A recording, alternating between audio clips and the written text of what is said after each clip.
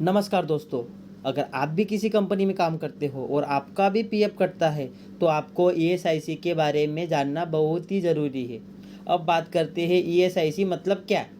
ESIC कर्मचारी राज्य बीमा योजना है जो कि श्रमिकों को इंश्योरेंस लाभ और अन्य लाभ प्रदान करती है। एम्प्लॉई स्टेट इंश्योरेंस यानी कि ईएसआई कटौती आपके वेतन से तब होती है जब आपका वेतन 21,000 रुपये प्रति माह से कम होता है और विकलांग कर्मचारियों के लिए यह सीमा 25,000 रुपये प्रति माह है। 21,000 से अधिक वेतन पाने वाले कर्मचारियों को ईएसआईसी से छूट मिलती है, यानी कि आपकी सैलरी 21,000 से ऊपर है तो आपका ईएसआईसी नहीं कटेगा। यदि आपकी सैलरी 21,000 से कम है तो आपका ईएसआईसी भी कटेगा।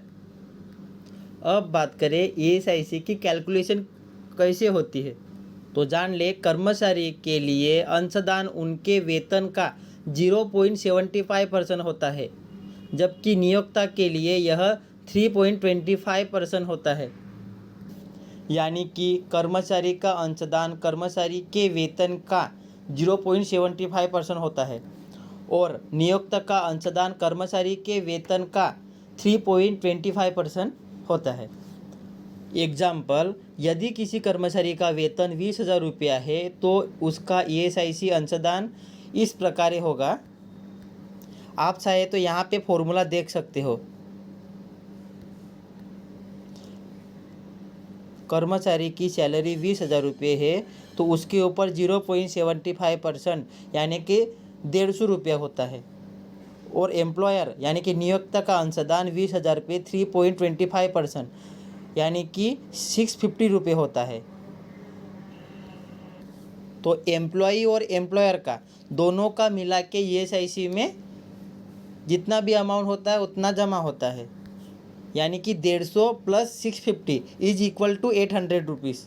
तो आपकी 20,000 रुपये सैलरी होने के बाद आपका 800 रुपया ईएसआईसी में कंट्रीब्यूशन हो जाएगा। तो दोस्तों, कुछ ध्यान देने वाली बात है, ईएसआईसी हमेशा ग्रोस पे कैलकुलेशन होती है और आपका पीएफ बेसिक के ऊपर कैलकुलेशन होता है। ईएसआईसी और पीएफ गवर्नमेंट ने आपके लिए ही बनाया गया है। ऐसे ही कंपनी रिलेटेड नियम जानने के लिए मेरे चैनल को सब्सक्राइब करो। धन्यवाद।